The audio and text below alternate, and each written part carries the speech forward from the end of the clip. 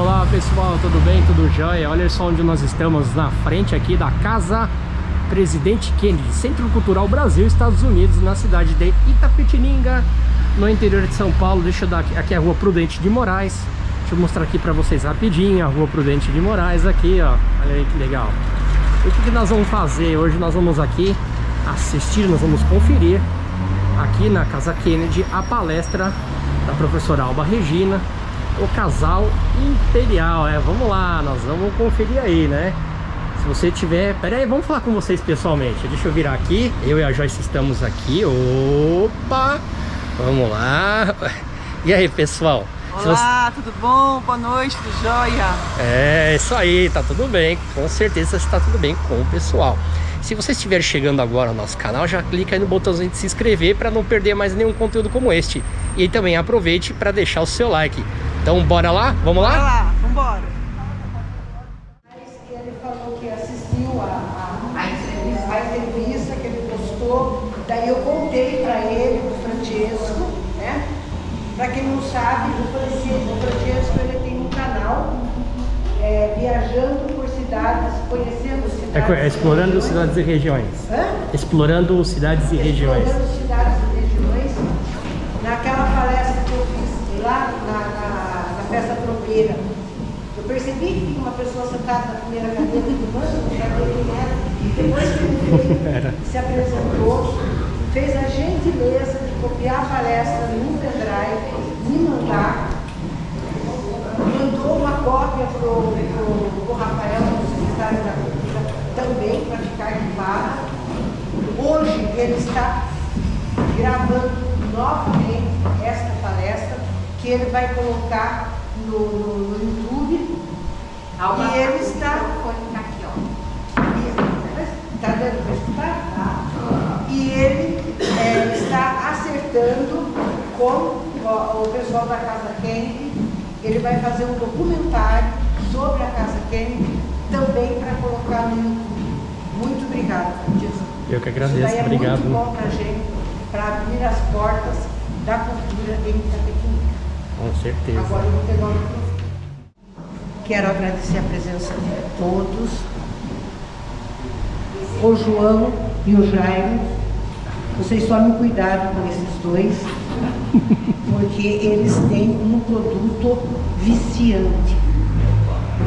Depois que eu comprei a bendita pipoca de chocolate deles, toda quarta-feira eu passo pela Feira da Lua, eles estão lá, e lá vou eu para comprar pipoca. Hoje eu tive que trocar, eu fiz uma blusa, a blusa não serviu, viu? A blusa não serviu, eu tive que trocar. Eu tive que trocar de blusa e a calça está apertada. Fazer o quê? Bom, dia 19 de agosto é o dia do historiador. Nós, historiadores, não podíamos deixar essa data passar em branco. Qual é a função do historiador? É mostrar a verdade histórica. É pesquisar, é encontrar essa verdade histórica, é mostrar essa verdade histórica e desmistificar muitas coisas. Essa é a principal função do historiador. E por conta dessa função é que eu preparei essa palestra, para desmistificar esse casal, para honrar esse casal. Que o que fizeram para esse casal é uma culpa que nós vamos levar pro resto da vida, porque não foi brincadeira o que fizeram com eles. Vejam bem, essa foto foi uma das últimas fotos tiradas é a última foto tirada do casal junto em território brasileiro. Eles tinham saído do baile da Ilha Fiscal, 9 de novembro, né, Maria do Rosário? Eu e a Maria do Rosário fizemos uma matéria sobre isso. Eles saíram da Ilha Fiscal, foram direto para Petrópolis. No Jardim de Petrópolis eles tiraram essa foto e no dia 15 teve o golpe. Então é a última foto. Vocês vejam bem, é um casal modestamente vestido, eles não tinham luxo, eles não tinham vaidades. O Dom Pedro sempre com o livrinho do lado, porque ele era um leitor compulsivo. A Dona Teresa Cristina, modestamente vestida. E vejam bem, eles são idosos. Não tiveram a consideração com o respeito a eles, pelo tanto que eles fizeram para o Brasil. E não respeitaram nem a idade. E eles foram escorraçados do Brasil, banidos. Ela morreu de tristeza e ele morreu 2 anos depois. Então, vamos começar. Eu não queria ser de uma casa imperial nunca na vida. Porque, vejam bem, o rapaz ou a mulher, ou o homem ou a mulher, ele casa já com uma responsabilidade nas costas. Ele vai ser preparado, tanto ele como ela, eles vão ser preparados com 1000 informações, tendo que saber falar muitas línguas, tendo que ler muitos livros, tendo que saber muita coisa, ter noções de política, de boas maneiras, de diplomacia, de tudo. E quando chega na idade de casar, arranjam para eles o consorte. Eles casam sem conhecer a pessoa. E eles vão se unir a essa pessoa com a obrigação de levar com essa pessoa a responsabilidade do desenvolvimento do país, a formação de uma prole. E, nesse caso aqui, no fim da vida, ser mandado embora desse jeito, eu não quero não. Na outra geração, não quero. Então, vamos começar pelo Dom Pedro. Nós vamos conhecer um pouco da vida dos dois. Tá? Olha o tamanho do nome dele, tadinho, né? Quando ele foi alfabetizar para decorar o nome, já era uma batalha.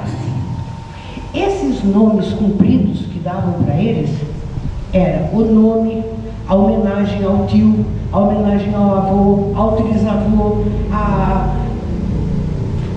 aos santos para proteger eles, né? Eles precisavam de bastante proteção. Os nomes dos santos. Então eles tinham normalmente um nome bem comprido. Então esse é o nome de Pedro de Alcântara, o segundo imperador do Brasil. Ele nasceu em 2 de dezembro, marquem essas datas, 2 de dezembro de 1825, no Paço de São Cristóvão. O pai era o imperador Pedro I, da Casa de Bragança, que tinha proclamado a independência do Brasil, junto com a esposa, junto com José Bonifácio. E a mãe era a arquiduquesa Maria Leopoldina da Áustria, uma mulher excepcional, preparada para ser uma consorte. Ela andou junto com o marido.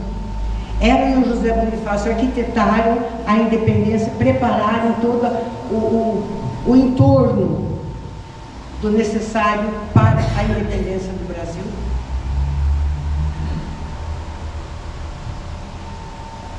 E ela morre quando Dom Pedro tem 1 ano. Dizem as línguas, né? Porque o Dom Pedro I não era fácil, né? Ele era mulherengo, ele conheceu a Marquesa de Santos, ele virou a cabeça. E falam que eles brigaram, que ele deu um chute na barriga dela, porque ela já estava grávida de novo. Deu um chute na barriga dela, que ela abortou, e por causa desse aborto que ela morreu. Nada disso. Ela morreu de uma febre tifoide, possivelmente por causa da qualidade da água da cidade do Rio de Janeiro. E ela sofreu muito para morrer. Por quê? Porque a equipe médica não tinha muito conhecimento científico. Eles trabalhavam com o que eles dispunham, com o que eles podiam, com o pouco que eles conheciam. Então eles rasparam a cabeça dela para tirar, para diminuir a febre. Fizeram muita sangria para ver se diminuía a febre. Nessa ela teve o aborto, uma criança, um menino, com 6 meses de gestação. O Dom Pedro faz 1 ano no dia 2, no dia 9 ela morre. Do mês de dezembro de 1826. E o mais triste, ela morre longe do Dom Pedro. Porque o Dom Pedro, nessa hora, ele está na província Cisplatina, no meio da guerra. Quando ele volta, ele sofre o baque. Embalsamaram o bebezinho que nasceu morto para mostrar para ele. E a tristeza que ele sente, o remorso que ele sente do que ele tinha feito com ela por causa da Marquesa de Santos, ele se desliga da Marquesa de Santos, ele entra num período de luto, mas ele precisava de uma segunda imperatriz. Daí ele se casa em 1829 com a Amélia de Lutzenberg, princesa da Baviera. A Amélia de Lutzenberg, ela foi assim, uma mãe-drasta. Ela conviveu com o Dom Pedro II 3 anos só, mas foi uma convivência muito importante. E ela teve uma filha com o Dom Pedro I chamada Maria Amélia. Essas são uns retratos, umas pinturas do Dom Pedro. Ele bebezinho, ele com o tambor, porque essa pintura é famosa, né? Ele com 6 anos e ele com 11 anos, 11 para 12 anos.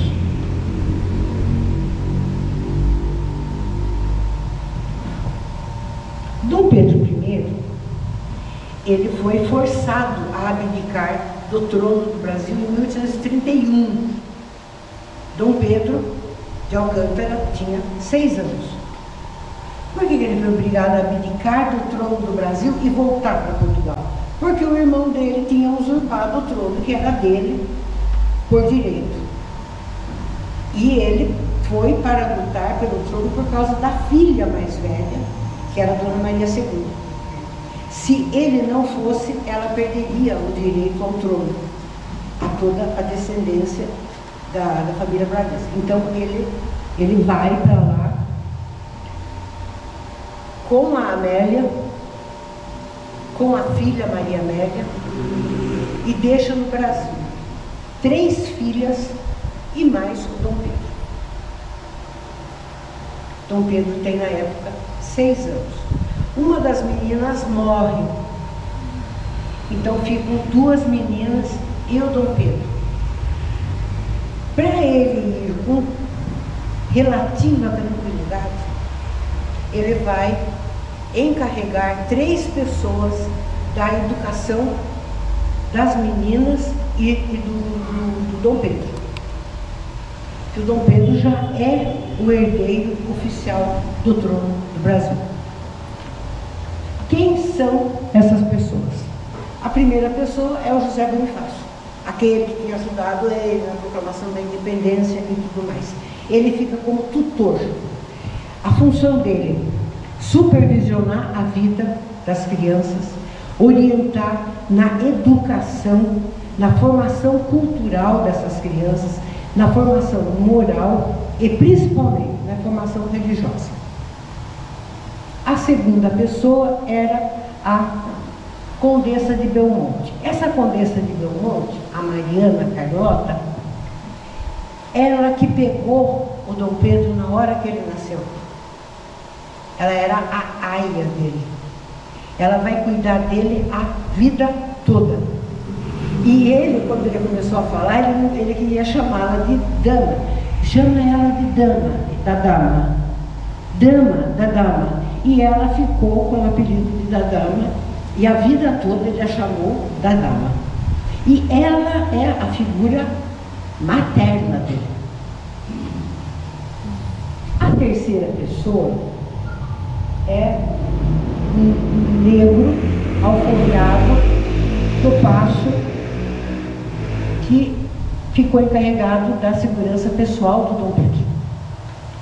Esse Rafael, quando o Dom Pedro I estava lá na Cisplatina, na guerra, ele pegou amizade com pessoas da região, fazendeiros, tudo, e tinha um fazendeiro que designou um escravo para ficar como guarda-costas do Dom Pedro. E esse guarda-costas do Dom Pedro salvou a vida do Dom Pedro. Quando chegou lá a notícia que a dona Leopoldina tinha morrido, que ele tinha que voltar imediatamente e tudo, ele foi até o fazendeiro e falou: abre preço nesse escravo que eu vou comprar, vou alforriar e vou levar comigo. Porque todos os empregados, a família real era abolicionista. Todos os empregados, eles eram alforriados e eles recebiam salário. Vou alforriar, vou levar esse ex-escravo como meu guarda-costas. E o fazendeiro falou: não, é presente, pode levar. E ele trouxe o Rafael, um ex-escravo, analfabeto, que serviria de guarda-costas. E esse escravo, em quem o Dom Pedro I depositava toda a confiança, ele pediu que ele cuidasse do menino.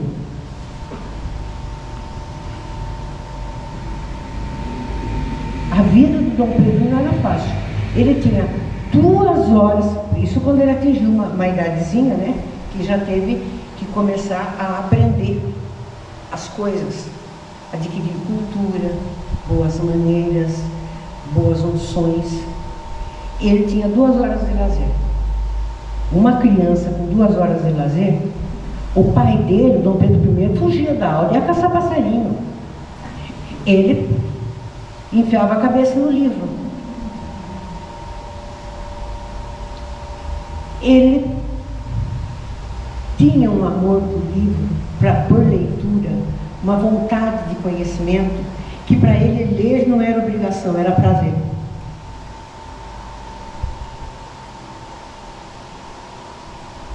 O Rafael, que era analfabeto, que era guarda-costas dele, foi alfabetizado por ele e começou a acompanhar as aulas com ele e se tornou e percebendo aula de etiqueta, aula de bom comportamento, aula de postura, aula disso, aula daquilo, ele se tornou um gentleman e extremamente culto.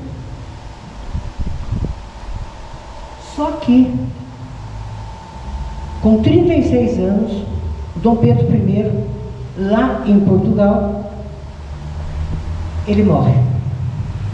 Dom Pedro I, esse tempo que ele ficou vivo, ele manteve uma correspondência constante com o Dom Pedro de Alcântara.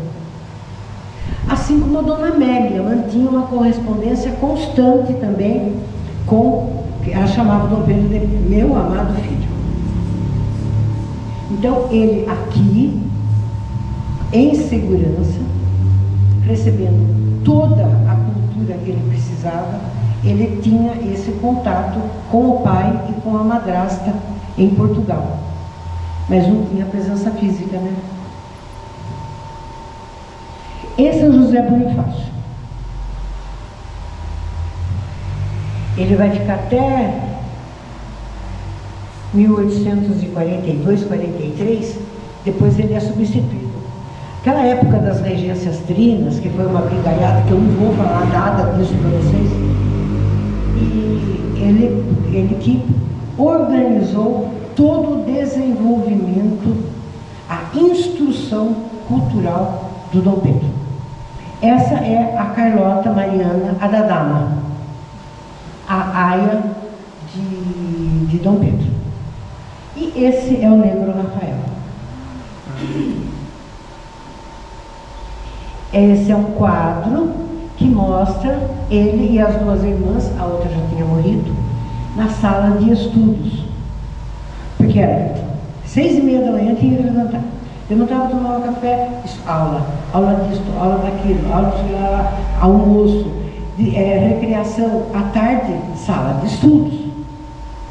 Eles não tinham sossego. Então, em 1831, Dom Pedro II é elevado ao trono imperial. Foi diminuída a maioridade dele, porque havia necessidade que se começou a discutir, né, a maioridade dele, porque o povo precisava de uma figura, de um monarca, de um imperador. Então, ele foi declarado maior de idade com 14 anos. E começa aí o segundo reinado, que vai acabar com o golpe da República. Ele, tímido como ele só,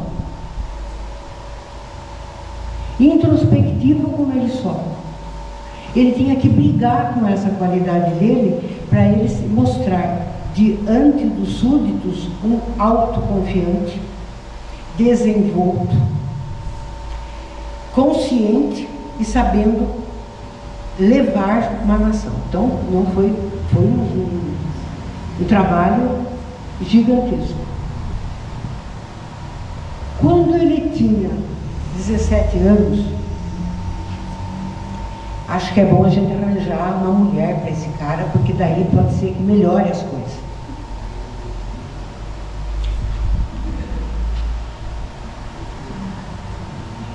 Esse é ele com 6 anos, ele com 12 anos, e já com todos os paramentos monárquicos, né? Esta é um quadro que mostra a cerimônia religiosa da coroação de Dom Pedro.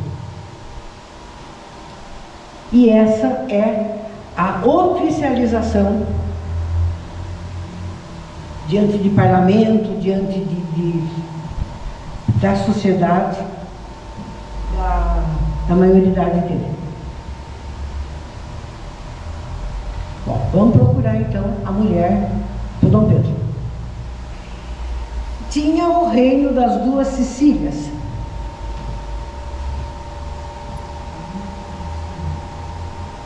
E lá tinha uma moça que aceitou conversar a respeito. O pai dela aceitou conversar a respeito de um possível casamento.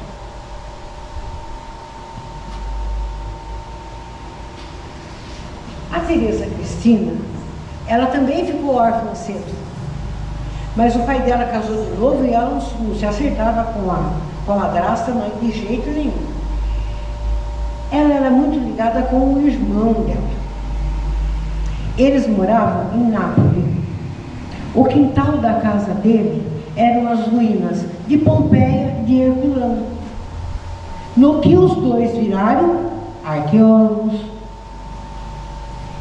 E por causa da arqueologia e por causa de toda aquela carga de cultura, de conhecimentos, de formação, que tinha que saber tudo, muitas línguas e tanta coisa, ela se tornou uma mulher, uma moça extremamente culta.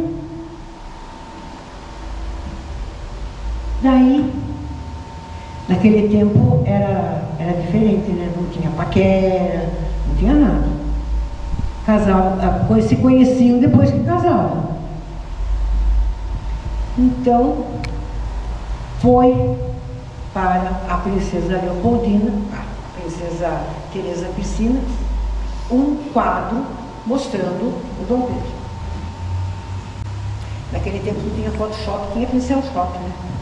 Então o pintor caprichava aqui, caprichava ali, para deixar o pretendente mais bonito. E a mesma coisa de lá para cá. Caprichavam para capricharam para deixar a moça mais bonita. E acertaram o casamento. O casamento foi realizado em Nápoles e o representante do noivo foi o irmão da Teresa Cristina. E ela daí arrumou tudo para ir embora. Peças de mobiliário que ela queria, o enxoval real, porcelanas, roupas, quais os empregados que ela queria trazer. Ela terminou tudo, pegaram o navio e vieram embora. Ela trouxe peça de arqueologia até não querer mais. Presenteou o Museu Brasileiro com as peças. O Brasil teve maior acervo de peças arqueológicas das Américas. E ela, ainda por maus pecados, ela era dona de um sítio arqueológico, o sítio de Veio.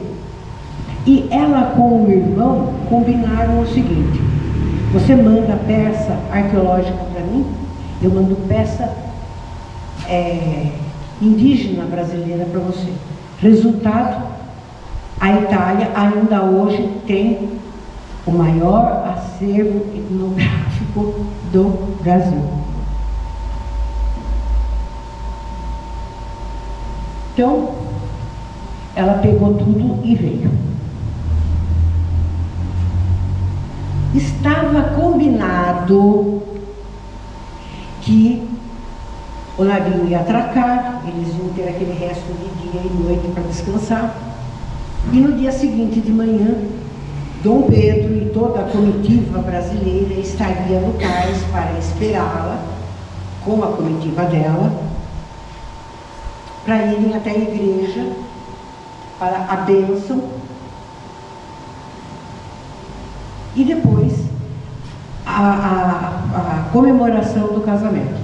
Cerimônia de beijamão, e apresentar aqui, aquela coisa toda. Só que o Dom Pedro, muito afoito, ele sobe no navio à noite e dá de cara com quem? Com a própria. A Teresa, ele tinha 1,80 m de altura. Qualquer mulher perto dele era baixinha. Concorda? Ele dá de cara com aquela baixinha, não tão bonita como a foto da pintura que mandaram para ele. Veio gordinha e ela tinha a perna arqueada. Então, quando ela andava, ela dava uma jogadinha assim de perna. Ele já achou que ela era manca. Boa noite, meu nome é Pedro, virou as costas e foi para o palácio.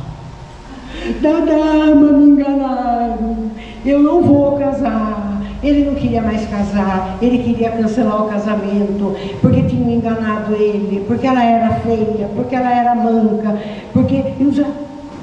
que ela era baixinha, que ela era gordinha, que não era como eles tinham idealizado para ele e tal.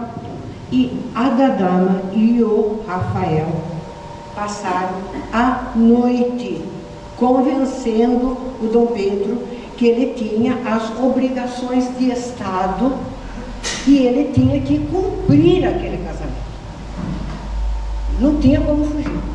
Então, no dia seguinte, com cara de tacho, ele está lá no cais, esperando a comitiva dela, se casam e tudo bem.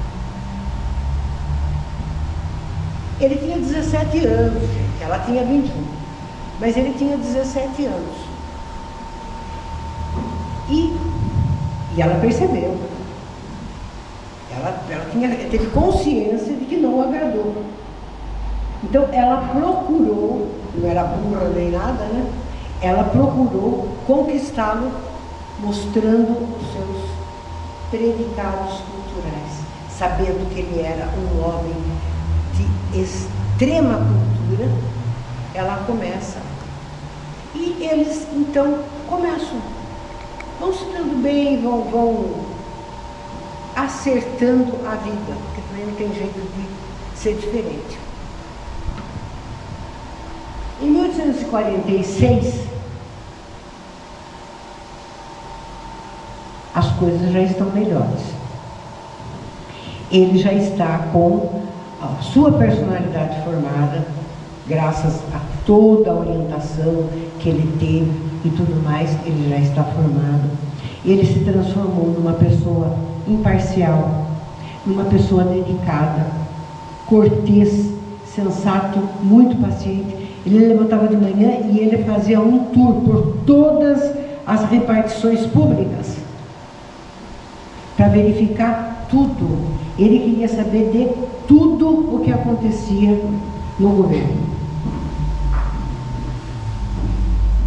Esse é o quadro que mandaram para ela, do Dom Pedro. E esse foi o quadro que ele recebeu dela. Bonita, né?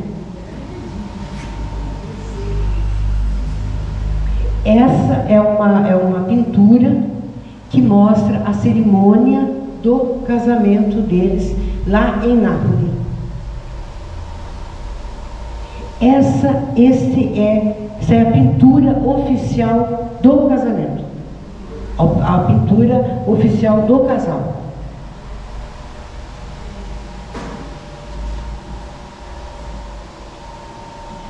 No início de 1850, a gente não pode esquecer que no Brasil havia tráfico negreiro. Em 1850 foi proibido o tráfico negreiro. As coisas começam a mudar. A abolição da escravatura no Brasil, ela foi feita em doses homeopáticas. Proibição do tráfico, a lei do ventre livre, a lei do sexagenário, a lei do ventre livre, para depois chegar à Lei Áurea. Então, à medida que essas leis eram feitas, precisava substituir o pessoal nas lavouras, nas indústrias, mão de obra, né? Nos trabalhos de casa nas cidades. Então, começam já algumas levas de imigrantes. O Brasil, o Dom Pedro, não era brincadeira, não. Ele começa a impor no Brasil uma prosperidade. Ele instala na casa dele uma máquina fotográfica em 1846, ficava tirando foto de todo mundo. Depois ele botou um observatório no telhado do coisa. Tinha telégrafo. Ele era uma pessoa com a visão um pouco mais adiante. E isso, daí aparece o Irineu Evangelista de Souza, que dá um impulso incrível no desenvolvimento das linhas férreas. O navio a vapor passeia pela costa do Brasil o tempo todo, facilita as comunicações. Tudo isso é prosperidade. Qual é a opinião pública, interna e externa, sobre Dom Pedro? Os feitos eram possíveis ao seu governo como uma monarquia e pela personalidade dele, que exercia o poder através da cooperação com políticos, interesses econômicos e apoio popular. Ele era um imperador popular. Ele andava pela rua como todo mundo. Ele botava o paramento imperial dele só quando ele tinha que receber um chefe de Estado, quando era uma comemoração de alguma data importante. Fora disso, ele usava uma casaca preta, chapeuzinho na mão. As filhas dele Eles tiveram 4 filhos. O primeiro filho morreu, a bebê. O outro filho morreu lá na Fazenda Santa Cruz. A Fazenda Santa Cruz, que hoje é aquela escola de aeronáutica no Rio de Janeiro e tudo, ela era o lugar de descanso da família. E foi um lugar que marcou 2 fatos muito tristes. O primeiro fato, nós vamos voltar lá atrás. Quando teve o dia do filho, não teve o primeiro, ele, de medo que as milícias que eram portuguesas atacassem o Rio de Janeiro, ele mandou a Leopoldina e as crianças todas para a Fazenda Santa Cruz. Lá na Fazenda Santa Cruz, o filho mais velho dele ficou doente, voltaram correndo para o Rio de Janeiro, mas a criança morreu. E o segundo fato triste, que esse filho do Dom Pedro II, ele morre dentro, eles foram passar uma temporada na Fazenda Santa Cruz e ele morre na Fazenda Santa Cruz. Eles voltam com a criança morta para o Rio de Janeiro. Por isso que depois eles passam a não ir tanto para a Fazenda Santa Cruz, eles começam a ir para Petrópolis, que é um lugar que não traz lembranças tristes. Diz ali, ele vivia de forma simples, simples até demais. Rasgou aqui, conserta para mim. Papai, manda fazer uma casaca. Para quê? É gasto para o cofre. Não pode. Precisamos fazer economia. Não podemos gastar dinheiro à toa. Agora, ele não economizava para os livros e para os inventos dele. E a Teresa Cristina, ela era uma pessoa também desligada das vaidades. Mas ela cativou ele e ela conquistou ele e ele passou a respeitá-la profundamente por causa dessa cultura que ela tinha, dessa capacidade que ela tinha de coordenar todo o trabalho do paço, de receber pessoas, de fazer ações sociais, de ajudar a escrava a fugir. Isso tudo ele admirava nela. Uma vez, ela era pianista, ela era cantora, né? E uma vez eles não eram de frequentar esse negócio de baile todo dia, não sei o que lá, não existia isso. O casamento das filhas foi um casamento simples. E um dia eles foram convidados para uma apresentação de um cantor italiano, porque o que ela trouxe de artista italiano para o Rio de Janeiro, ela modificou a cidade. Arquiteto, médico, escultor, pintor, cantor, óperas, tudo ela trazia. E ajudava brasileiros a estudar fora do Brasil. Carlos Gomes se formou porque eles que patrocinaram o estudo dele. Ele recebia uma quantia do governo por ano, que no começo equivalia a 3% dos gastos públicos, e no fim do governo equivalia a 0,5%.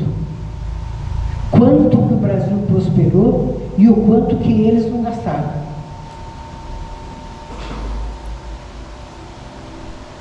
A última frase: entendo que despesa inútil é furto à nação.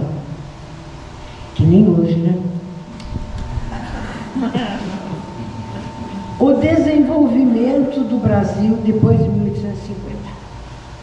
Vamos verificar até a República tudo o que aconteceu.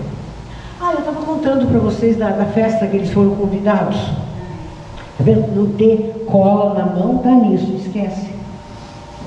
Eles foram para essa festa, que era um cantor italiano que ia se apresentar, ia cantar uma área e tanta coisa. Todo mundo sentado lá esperando e nada do cantor. Daí veio a notícia que ele tinha perdido a voz. Ele tinha tido um problema emocional e ele tinha perdido a voz. Mas e agora, com tantos convidados, com tanta gente aqui, o que nós vamos fazer, meu Deus do céu? Que justificativa nós vamos dar para esse povo todo? E a Teresa Cristina, que era uma pessoa que respeitava demais a figura do marido, ela se colocava, ela nunca enfrentava ele, ela se colocava como uma pessoa coadjuvante. Se o senhor, meu marido, permitir, acho que eu posso resolver. Tá bom. Ela subiu no palco, conversou com o pianista e cantou. E o Dom Pedro ficou na plateia, de cara.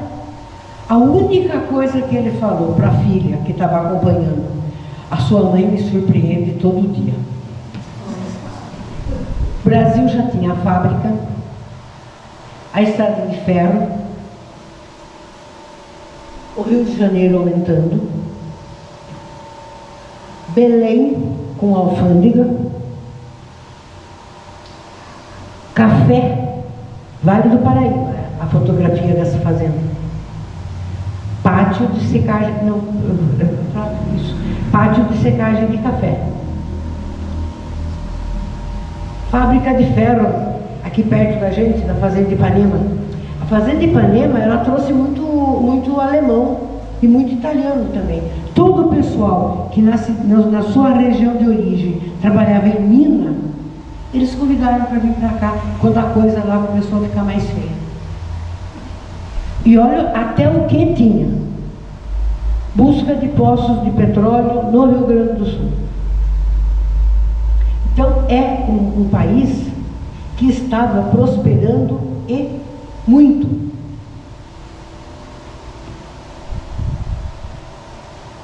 Foi considerada a era dourada do Império Brasileiro.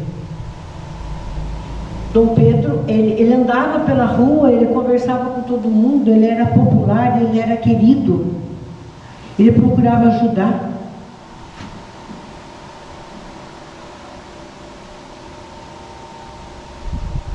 A opinião internacional sobre o Brasil: estabilidade política e potencial de investimentos. Era visto como a melhor nação da América, só ficava atrás dos Estados Unidos. Então, a economia, o café está bombando, né? A economia floresce, os projetos de modernização estão presentes. Dom Pedro mantém contato com pensadores, cientistas, pessoas, academias de letra, de ciência do mundo inteiro.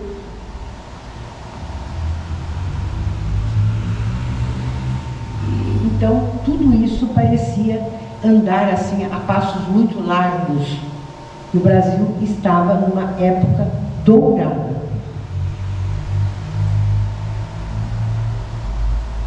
Então, tudo bem politicamente, economicamente, culturalmente. Vamos ver como é que estava dentro de casa. O casamento nunca foi uma paixão, né? Diferente da paixão da Leopoldina com Dom Pedro I. Que a princesa Leopoldina com o Dom Pedro I, eles tiveram uma vida fabulosa até aparecer a Marquesa de Santos, que ele conheceu 2 dias antes de proclamar a independência do Brasil.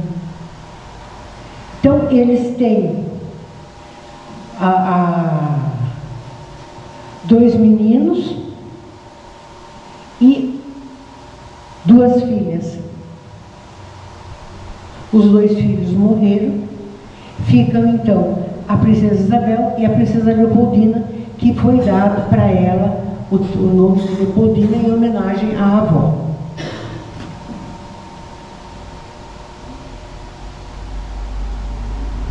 Acho que eu vou comentar isso agora.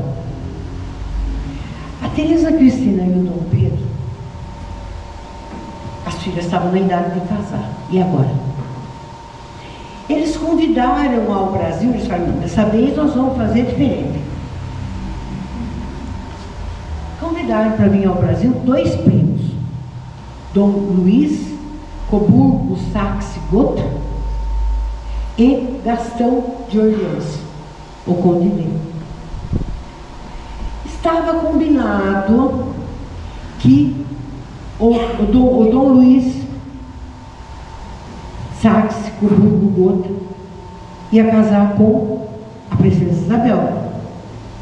E o Gastão de Orleans ia casar com a princesa Leopoldina. Só que a coisa virou.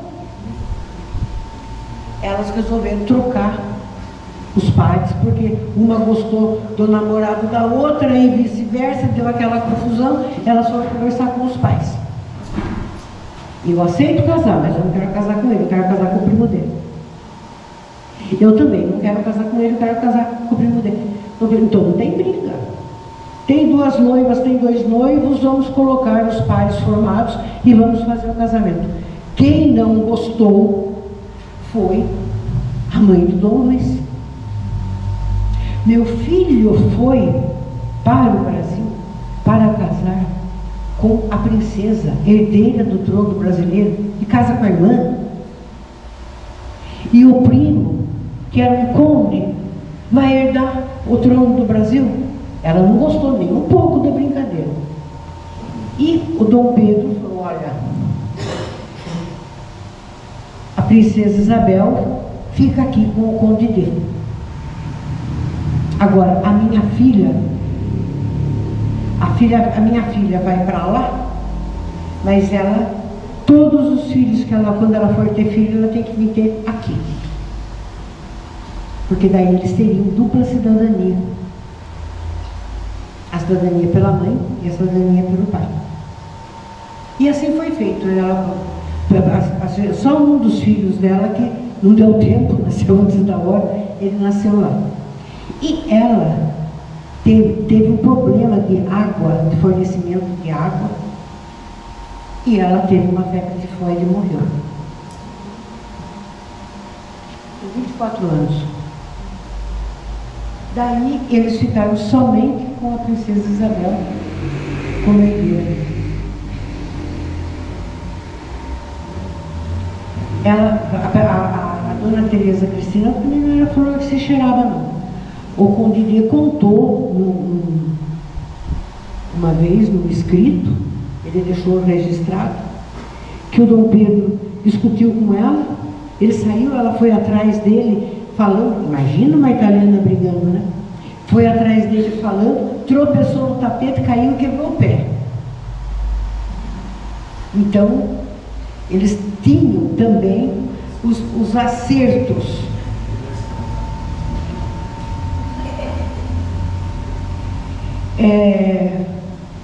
Dom Pedro, então, ele compreende que a Teresa Cristina é uma esposa de alma. Eles se dão muito bem, mas a paixão dele de homem é a preceptora das filhas deles, a Condessa de Barral. A Condessa, eles tiveram um romance tórrido. A princesa Teresa Cristina sabia de tudo, ela se manteve na sua posição, não deixou transparecer nada. A Condessa de Barral teve que ir embora para a Europa. Eles mantiveram correspondência até o fim da vida, e os dois morreram no mesmo ano, o Dom Pedro II e a Condessa de Barral. Esta é ela, a Teresa Cristina, com as 2 filhas e o menino que eu falei que morre na Fazenda Santa Cruz. Essa é uma foto do casal, já não tem mais o menino. Não é foto, né? É pintura. Uma pintura dele e uma pintura dela.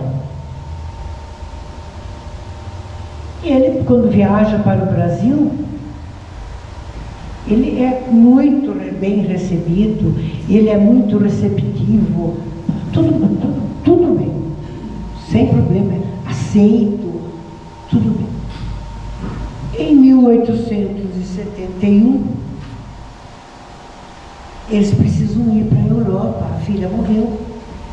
Eles precisam ir lá, assistir uma missa, apresentar os pêsames, receber os pêsames. Então eles, aqui no Brasil está indo tudo bem, tinha acabado a guerra do Paraguai, estava tudo na Santa Paz, então eles vão para a Europa. Alessandro, prepara o celularzinho aí com aquele negócio. Eles vão e ele, primeira coisa que ele faz, ele vai em Lisboa para visitar a Dona Amélia de Luxemburgo. Foi uma visita, fazia muitos anos que eles não se viam, foi muito bom, mas ele ficou muito triste de vê-la tão velhinha, e ela morre 2 anos depois. Ele não conhecia a Europa, ele nasceu e se criou aqui. Então aquilo para ele teve contato com todas aquelas pessoas que ele manteve correspondência. Ele viu o que ele lia nos livros, ele conseguiu ver, conseguiu pegar, conseguiu sentar, sentir. Então para ele foi assim um período, eu esqueço disso aqui, foi um período de total liberdade. Foi muito bom.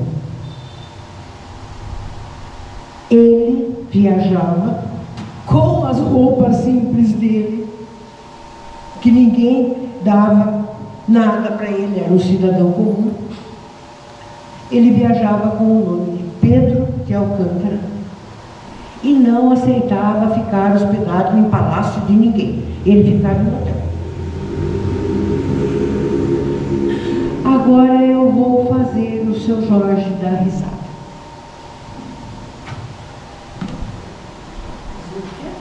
O doutor Jorge vai dar risada, ele gosta das coisas que eu conto. Um dia, eles estavam em Paris, o Dom Pedro adorava passear na beira do Sena. E a dona Teresa Cristina estava cansada, foi descansar no hotel. E ele falou, então eu vou tomar um chá no café. Foi lá no café que eles já tinham ido, sentou numa mesa, abriu o livro, começou a ler, tomando o seu chazinho. De repente, abre a porta do café e entram aquelas moças. Na frente, uma mulher linda. Quem é? É a Imperatriz Cici. A Imperatriz Cici, a Imperatriz Cici. O dono do café, todo mundo fora. Todo mundo fora. Começou a botar todo mundo para fora do café para fechar o café somente para a Imperatriz Cici e as companheiras dela. Daí um garçom pegou e ele chegou para o Dom Pedro, por favor, se retire e tal. O garçom falou para o Dom Pedro, pro dono do café, esse não pode por fora, ele é o imperador do Brasil. O francês ficou louco, começou a chorar, deitou no chão, beijou o pé do Dom Pedro, beijava a mão do Dom Pedro, me perdoa, me perdoa, me perdoa. Ele fez um espalhafato tão grande que chamou a atenção da Cici.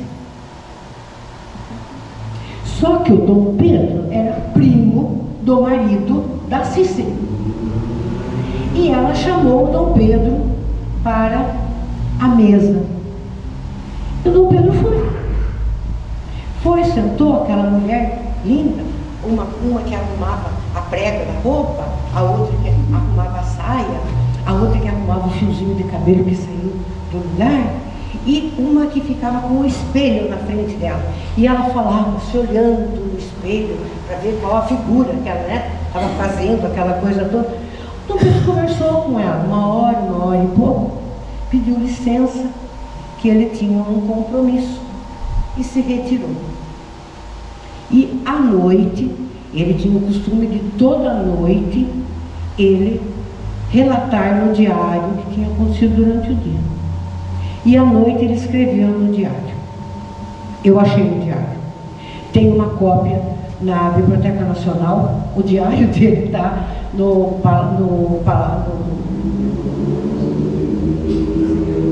Petrópolis, no Museu de Petrópolis, eu gravei aqui no meu celular o que ele escreveu.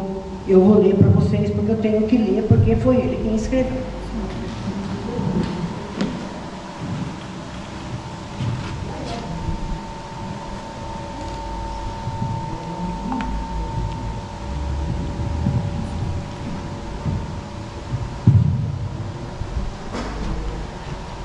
Hoje conheci a famosa imperatriz da Áustria em um café perto do hotel, pelo simples acaso. Não tenho muito o que escrever sobre ela, mas a sua beleza física realmente é notável, e o luxo quase circense que a envolve também. Conversamos sobre o Brasil, a natureza, cavalos, aves e convites mútuos de ela ir ao Brasil e eu ir a Viena para um baile, ele no baile. Ela tem uma aparência de uma princesa de contos de fada e seus gestos são meticulosamente calculados. Uma imperatriz esteticamente perfeita para os livros de fantasia, porém sem nenhuma cultura ou interesse por assuntos com conteúdos mais vastos. É política e educada, pois menos do que esperado devido à sua posição tão grandiosa. Uma imperatriz linda e luxuosa de um império lindo e luxuoso. Tocamos no assunto de nosso parentesco devido minha augusta mãe, Leopoldina, ter sido arquiduquesa da Áustria. Mas o espelho de uma das damas de companhia segurava, milimetricamente posicionado ao rosto da imperatriz, chamava mais a sua atenção do que qualquer outro assunto. Lembrei-me da minha augusta esposa imperatriz, também no vasto império do Brasil. E como a conheço com o seu humor napolitano, estaria a segurar os risos em certos momentos da conversa. Minha Teresa é imperatriz tanto como Cício, mas conversa por horas com qualquer intelectual como ninguém. Teresa tem a vertiginosa preguiça para assuntos como joias, roupas, maquiagens, e Vossa Majestade acha isso um grande afrodisíaco para a nossa longa união. Então, não tem o que se comentar, né?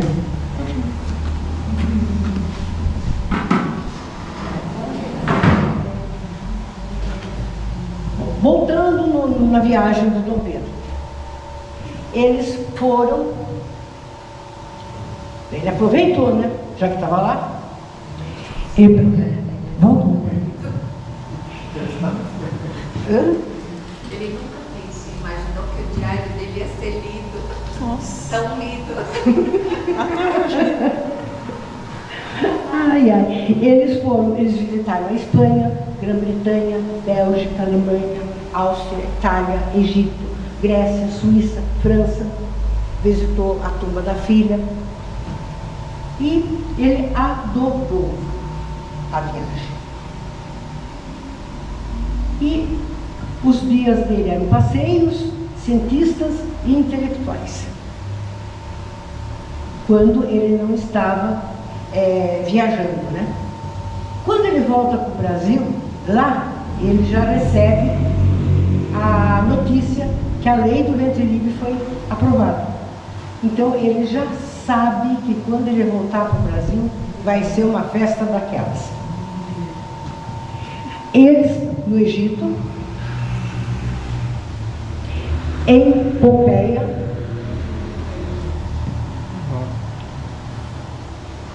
também em Pompeia. Quando ele foi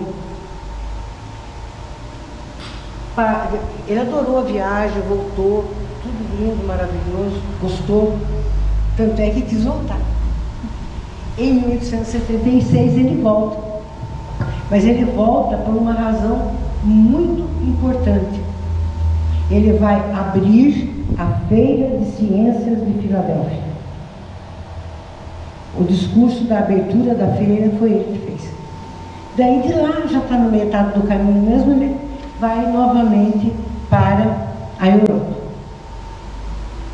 Visita mais alguns outros países que ele não tinha visitado da primeira vez, mas ele fica doente.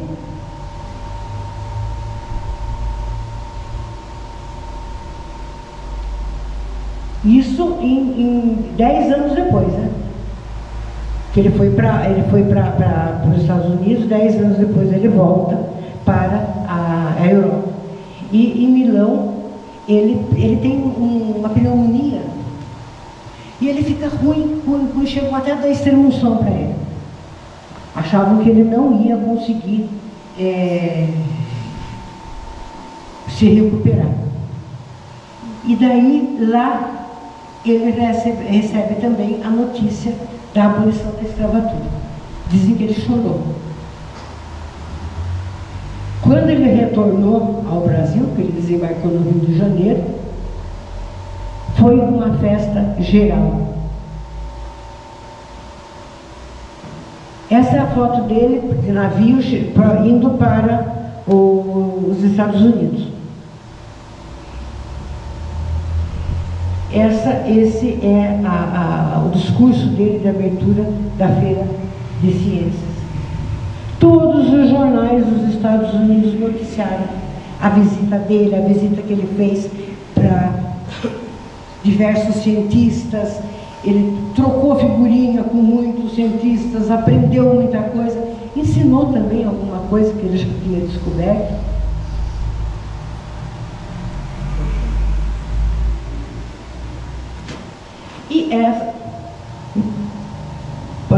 E essa chegada dele no Rio de Janeiro, a chegada triunfal. Agora, quer dizer, nós estamos falando aqui 2 anos antes do golpe da República.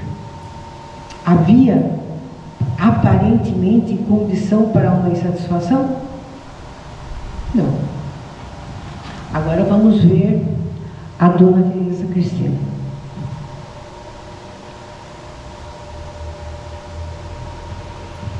Tudo que eu vou falar aqui pegou fogo no incêndio do Museu Nacional. Infelizmente. Mas tem registrado tudo o que ela deu, né? Então, eu já falei para vocês que ela era arqueóloga. Ela tinha um sítio arqueológico e toda a documentação relativa às escavações estão todas no Ministério Público de Roma. Então, não é história de carochinha.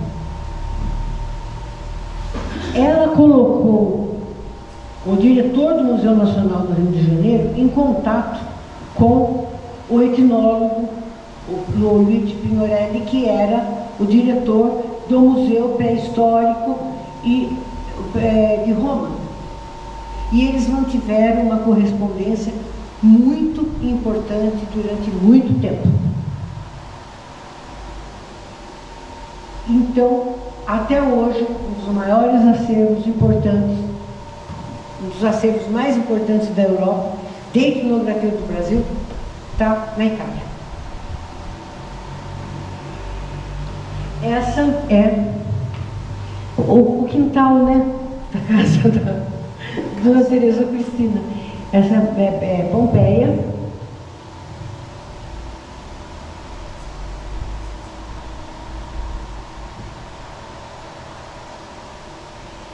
Ela só mandava coisa para cá, ela mandava vir muita coisa para cá. Toda a obra arqueológica italiana do museu veio por conta dela. E ela, eu falei do Carlos Gomes, né? Tá ali, ela mandou ele. O Dom Pedro queria que ele fosse estudar na Alemanha. Ela, não, vai ser na Itália. Mandou ele para Milão. E olha no que deu, né? Ela, teatro, músicas líricas, dança, tudo ela organizava. E o Dom Pedro ficava quieto.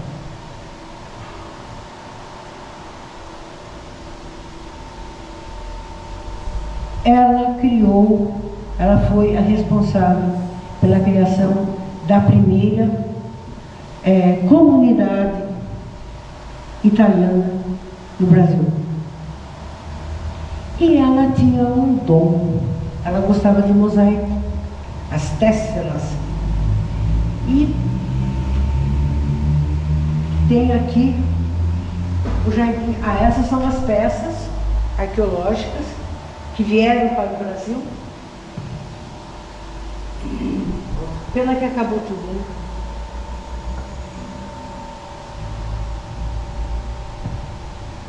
Ela tinha do lado do palácio um lugar que as meninas brincavam.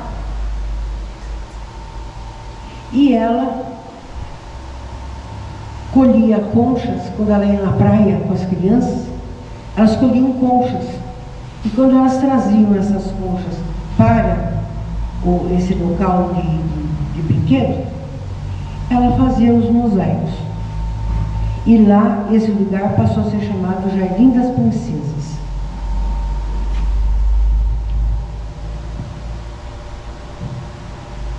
Essas são peças que vieram Tem peça aí que o Dom Pedro comprou no Egito, ganhou de presente. São peças que estavam no museu, né?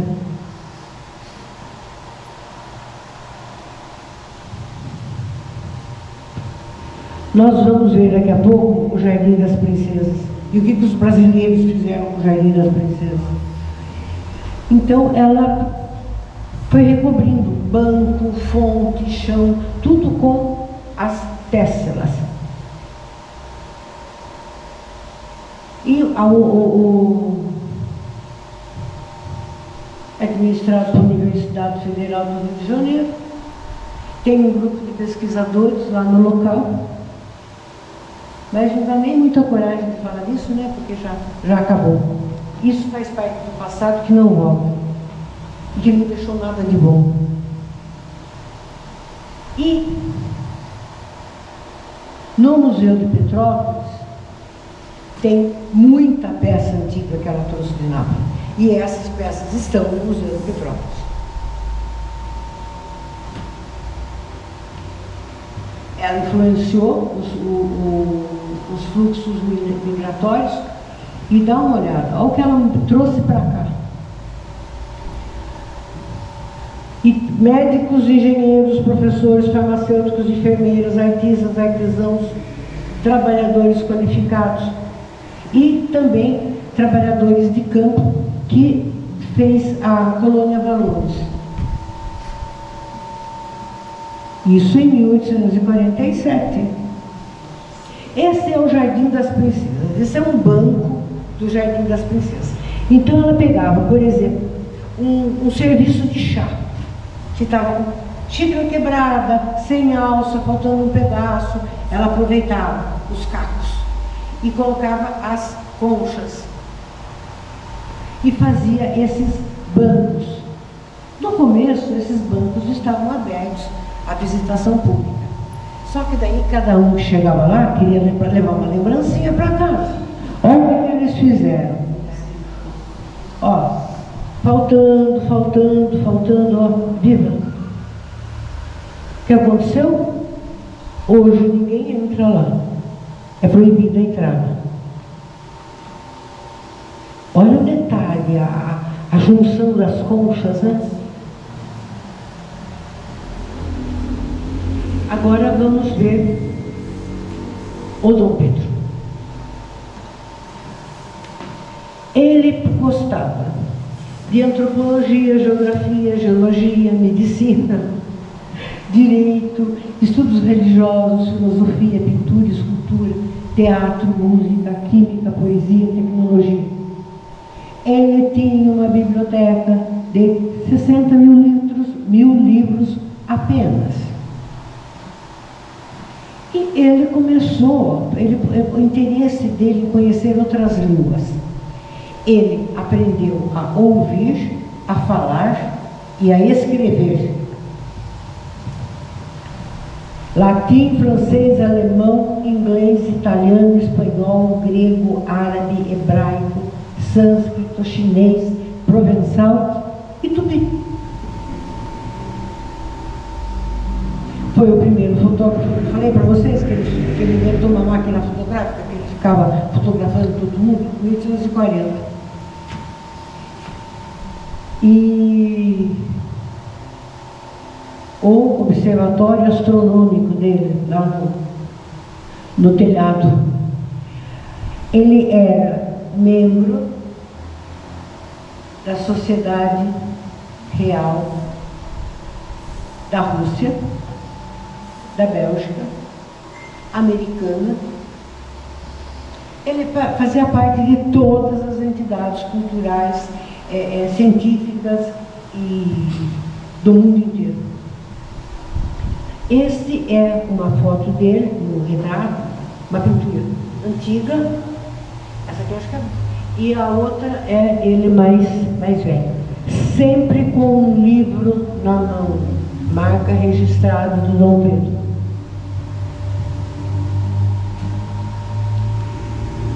Em 1935 ele já era membro da Academia Francesa de Ciências. Ele trocava cartas com cientistas do mundo todo.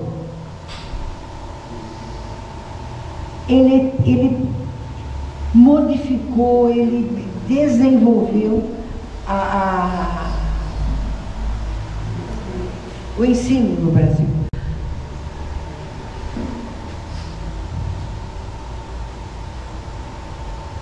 Darwin, olha o que o Darwin fala dele.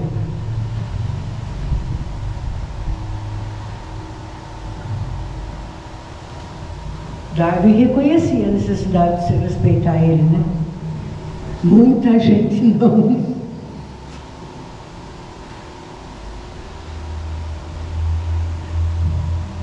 Como estava a situação? Em 1888 para 1889. Tudo direitinho, tudo certinho.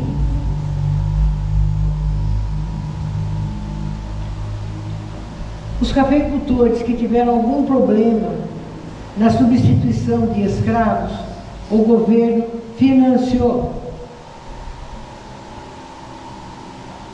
fez empréstimo.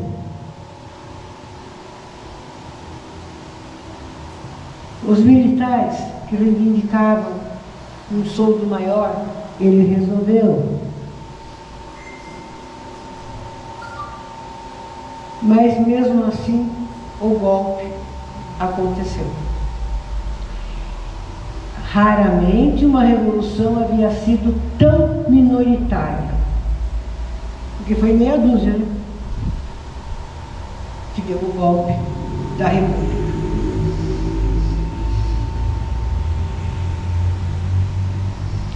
Esta é a foto do dia que ele foi coroado imperador do Brasil. A outra foto, o dia que ele foi mandado embora do Brasil.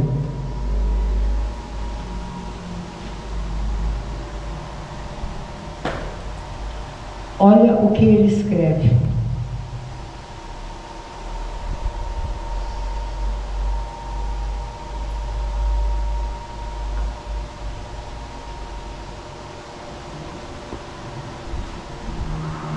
Ele não esperava uma coisa dessa.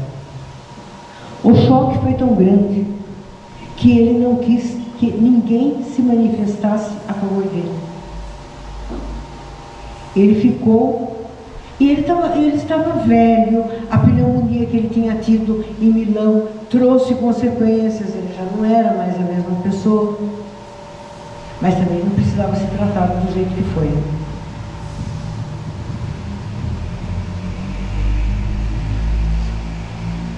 Quando eles chegam em Lisboa, o que está acontecendo? Festa do Dom Carlos I. Olha, eu sinto muito, vocês acabaram de chegar de uma expulsão do seu país. Não fica bem nós, com uma festa, recebermos. Procurem outro lugar para ficar. Teve mais essa. Daí eles foram para o Porto.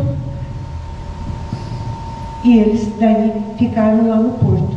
Lá a Teresa Cristina foi definhando, e ela falava: estou morrendo de tristeza, eu estou morrendo de saudade da minha terra, porque ela se sentia brasileira, e ela morreu em dezembro.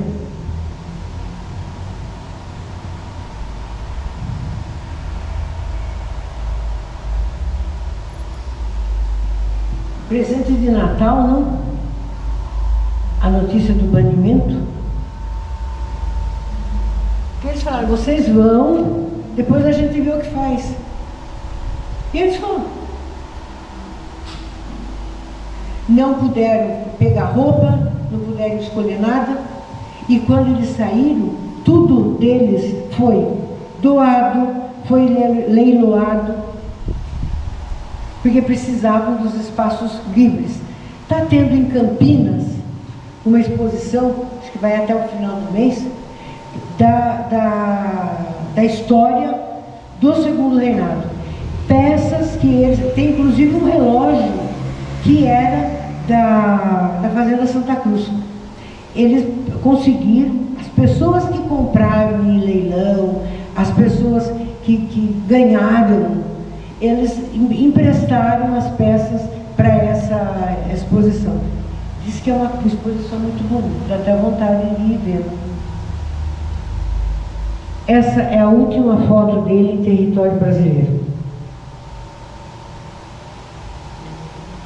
Para a ida até o cais, na carruagem foi ele e a imperatriz, o resto foi tudo a pé.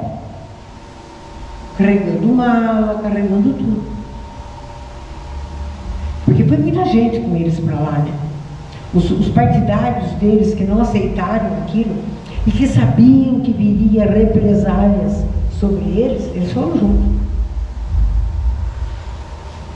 Então, a dona Teresa Cristina morre 28 de dezembro, que ela morreu. Ela foi enterrada no panteão da família dos Bragança. Dom Pedro pediu que ela fosse enterrada lá, na igreja de São Vicente da Fora.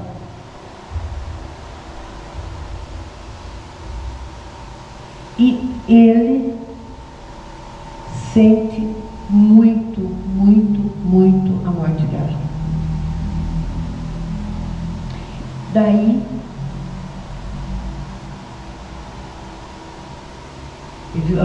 viveram 46 anos juntos, né? Essa é a tumba dela no mausoléu da família Bragança. Ela foi enterrada do lado da Dona Maria Amélia. E ele vai para Paris. Ele encontra com todos os cientistas, os estudiosos, os ilustrados. Ele tinha reunião, ele passava a tarde na biblioteca. E no final da tarde ele ia passear pelo Rio Sena. Foi quando ele ficou doente. Então ele morre 3 dias depois de completar 66 anos. 3 dias depois. Ele era de 2 de dezembro, ele morre em 5 de dezembro. A princesa Isabel falou: olha, eu quero um enterro simples, discreto.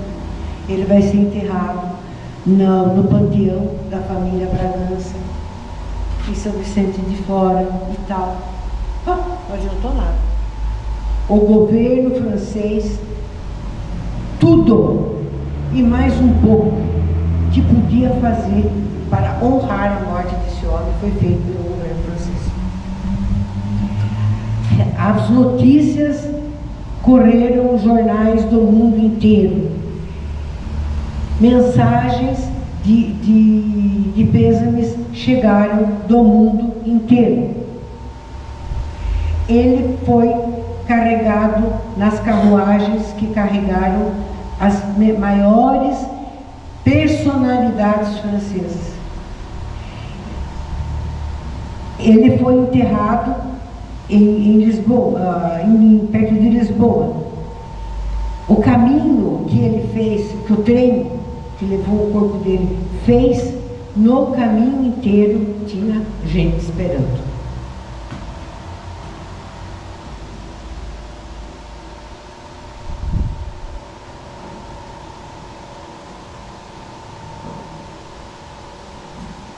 E ele foi vestido com o uniforme de almirante da Armada do Brasil, que não queriam deixar que colocassem isso nele.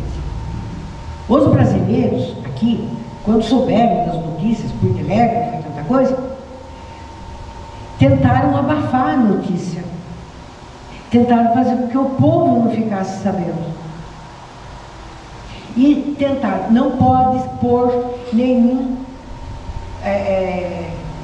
insígnia do governo brasileiro nele.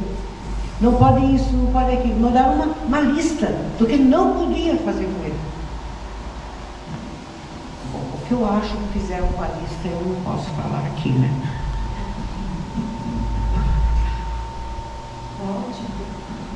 Hã? A terra. Ah, esse negócio da terra é uma coisa fantasiosa. Porque quando ele viu que ele ia ser banido, ele pegou, dizem que era um punhado de terra de cada província do Brasil. Não, ele pegou um pedaço de um punhado de terra e enfiou no bolso. Aquele punhado de terra, ele fez depois uma trouxinha. E foi essa trouxinha que foi colocada no caixão dele.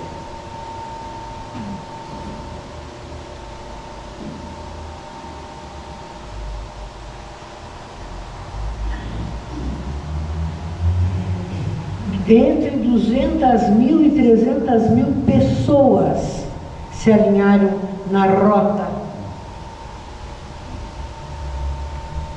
do caminho do caixão dele. E não podemos esquecer, começo de dezembro, um frio miserável, uma chuva que Deus mandou.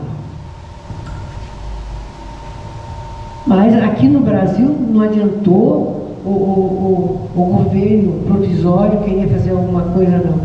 Teve bandeira meia-pau, teve comércio fechado, teve toque de finados, teve tarja preta nas roupas.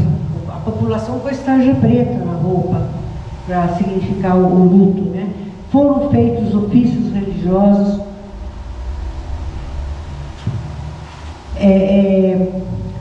publicações clandestinas de jornais, quando o vírus já estava na rua.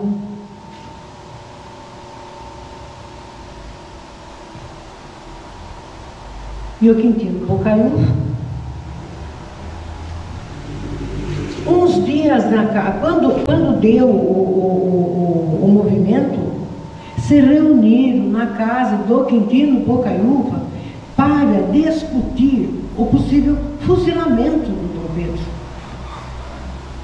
E depois o Quintino Bocaiúva fala isso. O mundo inteiro, pode-se dizer, tem prestado todas quantas homenagens tinha direito o senhor Dom Pedro de Alcântara, conquistados por suas virtudes de grande cidadão. Menos, né? Então, em 12, quer dizer, que foram... Fala. Reduziu ele à categoria de cidadão. não, sei lá, olha lá. É isso mesmo.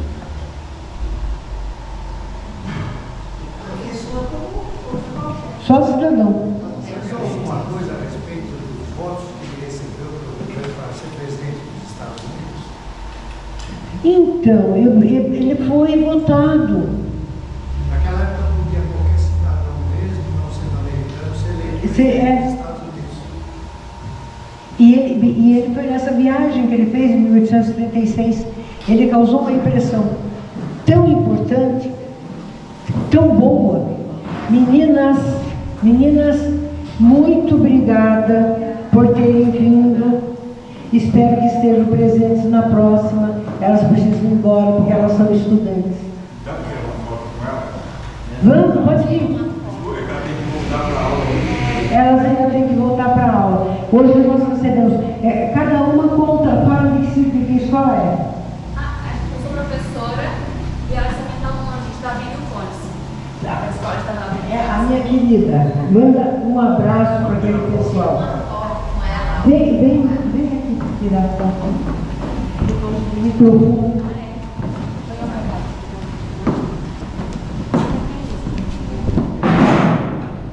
Certo?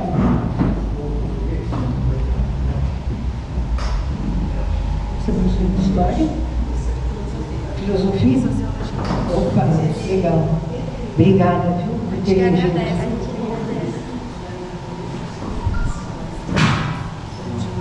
Bom final de aula para vocês. Que a minha aula aqui também já está no fim. Tchau. A última foto dele.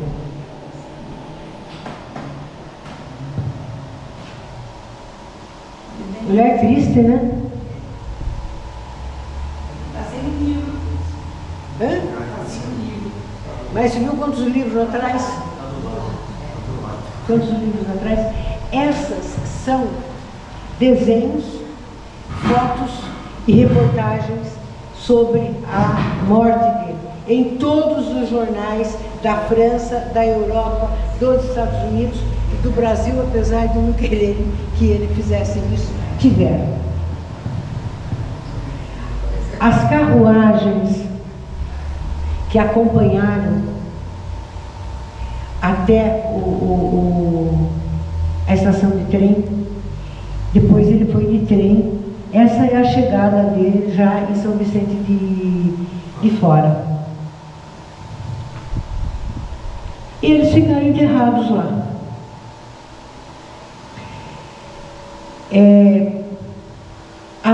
Os dois reinados estão hoje, os representantes dos dois reinados estão hoje no Brasil.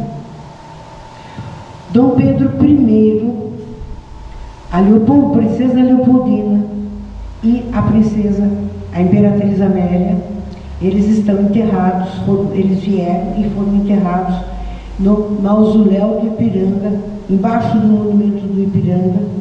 Foi feito um estudo, a USP fez um estudo incrível em cima dos corpos, fez relatórios, fez tudo, eles estão lá.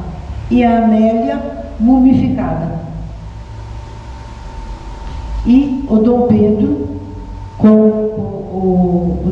com a Dona Teresa Cristina, quando acabou a lei do banimento, né, podia trazer o que sobrou. Então eles vieram, mas a igreja de São Pedro de Alcântara, que seria a terra, ele queria ser, o sonho dele era ficar na terra de Pedro, na cidade de Pedro. O mausoléu não estava pronto, então eles ficaram no Rio de Janeiro, e quando ficou pronto eles foram levados para a cripta. Depois vieram a princesa Isabel, toda a família está lá agora. Essa é na época que estava sendo para ser construída a cripta, muitos desenhos, muitos esboços foram apresentados. E esse foi um dos que foram apresentados, que foi bem votado, mas depois, volta um pouquinho, por favor. Mas aí no fim foi aceito esse daqui.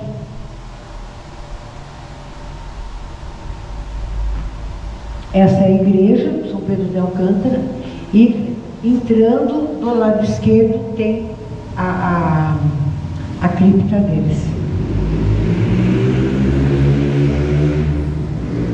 Bandeira do Império, idealizada por Dona Leopoldina. Alguém quer falar alguma coisa?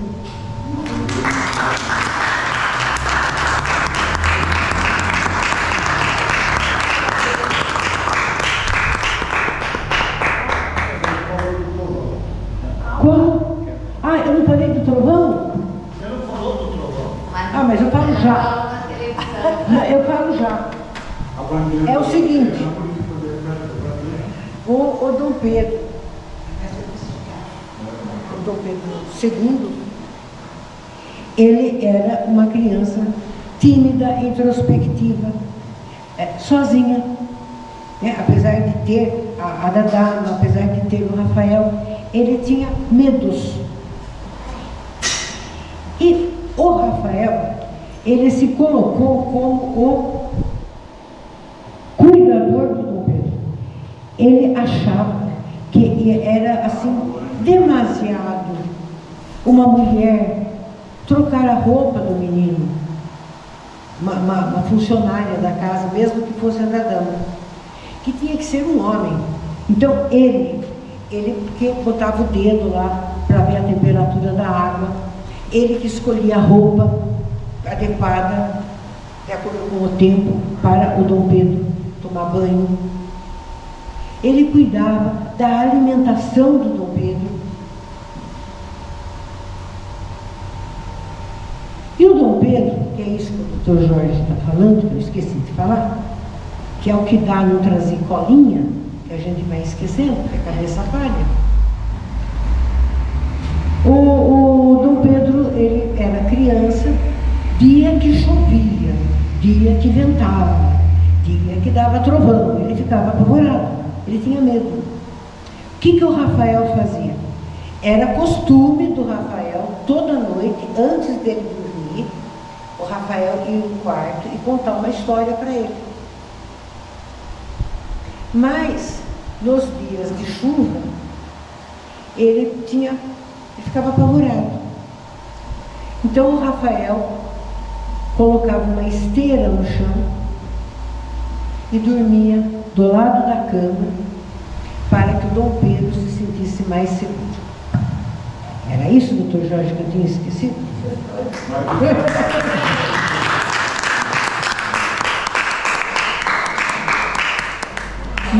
Ninguém?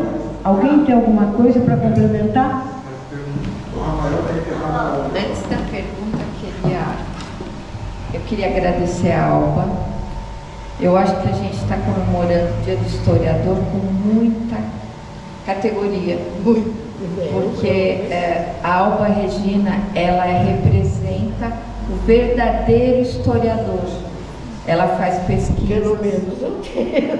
E ela conta histórias encantadoras para a gente, baseada em pesquisas. Parabéns, Alba. Nós temos muito orgulho, a Casa Kennedy, de ter uma historiadora de verdade como você. Deus te abençoe. Muito obrigada. Amém.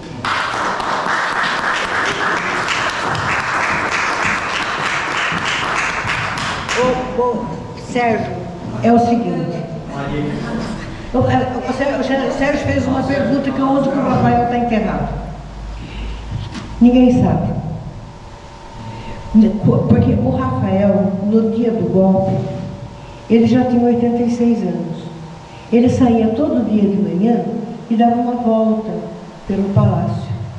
E ele saiu com a bengalinha dele e dava a volta no palácio. Quando ele foi entrar pelo portão, tinha 2 militares no palácio, eles falaram para ele: viva a República! Ele falou: esse cara está louco. Encontrou com o tal do Raposo, que era o encarregado do controle de registros lá do palácio. Falou para o Raposo: o que é isso? Lá atrás tem 2 lobos que falaram isso assim, assim. Ele falou: não, é porque o imperador foi deposto, proclamaram a República. Diz que ele ficou reto, pegou a bengala, levantou como se fosse uma espada. Deus amaldiçoe esses que fizeram o mal para o meu Senhor. E caiu morto. Caiu morto. O Dom Pedro foi ficar sabendo que o Rafael tinha morrido quando ele já estava na Europa. O Rafael foi socorrido por funcionários do palácio, só que o Rafael teve uma namorada. E ele teve uma filha com essa namorada. E a namorada, ele comprou uma casa para a filha nas imediações do palácio. Então, deduz-se que a filha foi avisada, porque a filha visitava ele no palácio. Que a filha foi avisada e que a filha providenciou esse enterro. Eu pensei que ele tinha ido embora para a Europa com Pedro. Que bom se ele pudesse ter feito isso, né? Maria do Rosário. Então, você citou o José de Carvalho, o grande historiador que faleceu a semana passada. Isso. E ele tem um livro chamado Bestializado, que eu tenho, mas está sob a guarda da senhora. É mesmo, porca miséria. Olha que bem guardado, mas está lá. com que estilo se cobra livro emprestado. Aprendam. Então, esse livro dos Bestializados mostra um pouco isso que aconteceu.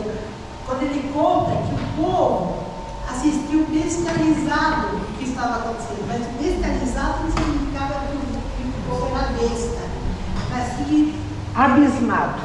estupefato, abismado, porque não acreditava exatamente o que aconteceu. Só que o povo morreu, sofreu as consequências. Exatamente. Mas é um livro muito interessante do José Bonifilho, que ninguém falava de nada. Eu vou devolver para vocês. Eu já li, ele está no estante.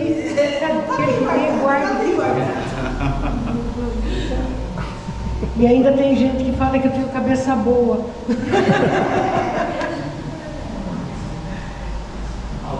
Oi. Complementar. Primeiro eu quero parabenizá-la. Obrigada. Eu acho que comemorarmos o Dia do Historiador, né, ao lado de duas grandes historiadoras. Não, eu não sou, eu sou pedagoga. Não fui. Não. Trabalhei com a história da educação, mas não essas E a Maria do Rosário, por 2 vezes, ela colaborou comigo em matéria para o Jota. Nós fizemos um trabalho para a Internet Jornal sobre a missão médica na Primeira Guerra Mundial, que muito pouca gente sabe que o Brasil participou da Primeira Guerra Mundial. E essa missão médica, eu e a Maria do Rosário desenvolvemos, e depois, foram 3. Depois nós fizemos um trabalho sobre o gigante deitado, o gigante adormecido da Baía da Guanabara, e depois nós fizemos um trabalho em conjunto também sobre a Ilha Fiscal, o último baile do Brasil, o baile da Ilha Fiscal, que foi no dia 9 de novembro e no dia 15 teve o golpe. Muito bom. Vamos fazer. Bom, então cumprimentá-las, né? Eu queria dizer também, cumprimentar os participantes aqui, porque é uma pena que não tenhamos esse salão cheio para escutar essa maravilha aqui, né? Agora eu queria fazer uma pergunta que nem os meus professores responderam na faculdade. Talvez você vai saber responder. Olha, o que acontece é o seguinte. Se eu não souber, eu vou tentar pesquisar. Eu acho interessantíssimo o fato de que o casal imperial são descendentes das 2 casas reais mais importantes da Europa. Sim. Os Habsburgo e os Bourbon. Isso. Né? Que eram, inclusive, assim, não valorizavam todas essas coisas que eles valorizavam, né? O estudo, a cultura, pelo contrário, né? Já desde Luís XIV, sempre impondo e não dando a oportunidade do povo ter o estudo, não valorizavam a literatura, enfim, queriam o poder às custas realmente da imposição da força, né? Então a minha dúvida o que aconteceu com esses dois, né? Que pegaram o que tem de melhor, porque eu considero que são pessoas extremamente cultas, amáveis, bondosas e que valorizam todo esse conteúdo cultural literário, sendo legítimos herdeiros desses monarcas que realmente foram as figuras do absolutismo. O que houve, né? Será que é uma questão genética? Os brasileiros são, né? Enfim. Você imagina, por exemplo, a irmã Leopoldina, que casou com Napoleão Bonaparte. Quanto que ela deve ter sofrido, coitada, né? E tinha dentro das casas uma preocupação com a formação cultural, mas eu acho que era questão de família. Por exemplo, a Leopoldina, ela foi premiada, porque ela tinha é a questão do ser se interessar, da pessoa querer, despertar o interesse, né? Então, a Leopoldina, ela discutia política de igual para igual com os conselheiros do pai, né? Então, ela era politizada por uma posição íntima, não por imposição externa, né? E nem pelos livros, pela vivência. Eu acho. Fala das línguas, acho que foi o Dom Pedro, não sei se foi o João ou o Dom Pedro, os dois. Falou que seria o último imperador ignorante Que iria passar. Não sei se foi o Dom João, o último imperador ignorante, os filhos iam estudar. O Dom João. O Dom Pedro fugiu. Mas o Dom João, que ninguém nos ouça, o Dom João, ele podia ser um ignorante culturalmente, né? Mas politicamente era uma raposa. Quando ele foi embora, ele rapou os cofres do Brasil. A Leopoldina tinha que pedir, o pai mandava para ela uma mesada, ela usava essa mesada para comprar comida para o palácio, porque o palácio ficou na miséria. O palácio realmente ficou na miséria. Tem um senhor Lopes fala sobre história, e ela falou uma coisa muito interessante, falando sobre Gente, eu vou desligar, agora nós estamos em casa. Falando sobre Petrópolis. Fala. Muito obrigado. Eu que agradeço, espero contar bastante com você. Você é importante para que a gente possa divulgar a cultura. Divulgação de cultura é uma obrigação. Muito obrigado, professora. Eu que agradeço. Uma boa noite. Boa noite.